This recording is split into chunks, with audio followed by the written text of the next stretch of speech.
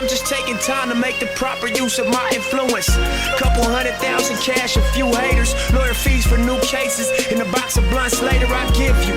Your story about how this car damage took place doesn't make any sense. According to you, you get out of the car without putting the car in park. Okay. It rolls forward, causing this incredible amount of damage. Was there ever any point where you said to the plaintiff that the accident happened in some other way? When it first happened, When it first happened, you told him a totally different story, didn't you? I texted him and I told him. Which means one of two things. You were either lying to him then, or you're lying to us now. No, I was lying to him. So you were lying to him then? Yes. So how do I know you're not lying to me now when you say you were lying to him then? How do I know when to believe you? You tell me. When the accident happened, you told him that a truck backed into it and your father was going to pay for the damages, and you offered him $200 to go toward the insurance. He said he wanted to go a different direction. Since you know you're responsible for the damage, why does it matter whether or not you give him $200 for the balance of the deductible or you pay him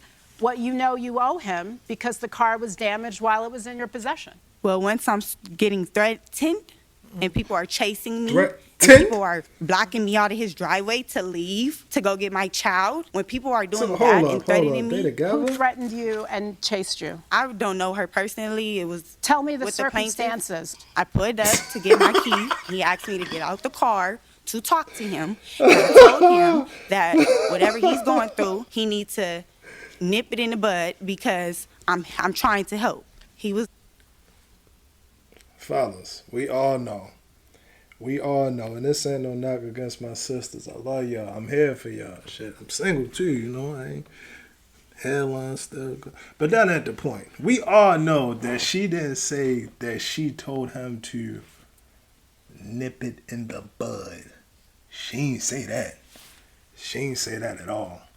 She going mad because once I paid the insurance to go the insurance route, he then realized that wouldn't work. Mr. Ramsey, the defendant says that some people, I guess, trapped her in the driveway because you were so worked up over this. Did that happen? That didn't have nothing to do with me. No, I'm not asking about motivations. I know that she has misrepresented the circumstances of this accident, either to you or to us. I also feel pretty confident that at the time she tried to retrieve her car, this situation escalated in a way that, frankly, I don't know why it did between two people who say that they were friends since high school. I gotta tell you don't know? I am sitting here, my head is spinning, and I'm listening to you tell a story that I'd have to have my head in the sand to believe what you're saying is true. So let me start off, Ms. Kirk. You are in his car visiting a boyfriend of yours, correct? No, I didn't say boyfriend. I did. I'm asking you, was it your boyfriend? No. So you're visiting a male friend and you have your 11-month-old baby. You were in his house, in his apartment, before you came into the car? No. You just drove up and you talked to him only on the street? Yes. Was he in the middle of the street or is he on the sidewalk? He's in the middle of the street.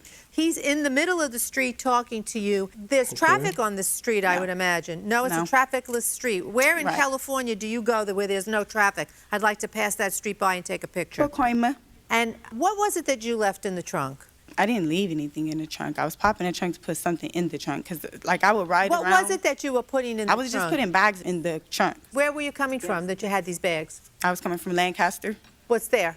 Home. So what were in the bags? Business. You know, I shouldn't. In the bags?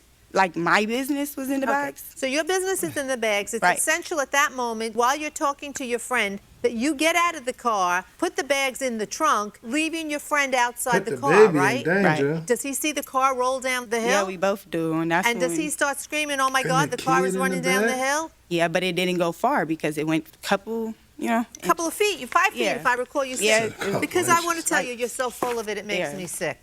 Damn. Whew, that's crazy because that's what happened. I don't know what else to say. That is the funniest thing. So it starts thing. off, wake up, man.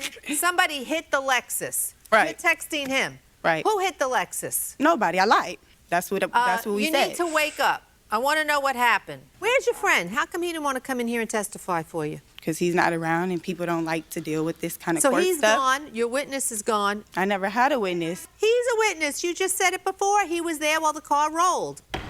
Grilling. Yeah, she about to get grilled. And to be honest with you, damn near all her fault. You can't even really say nothing about that. You can't.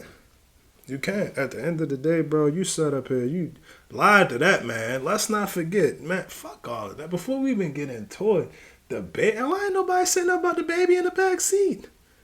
It's a child in the back seat rolling down the hill and it got into an accident and shit. Cool?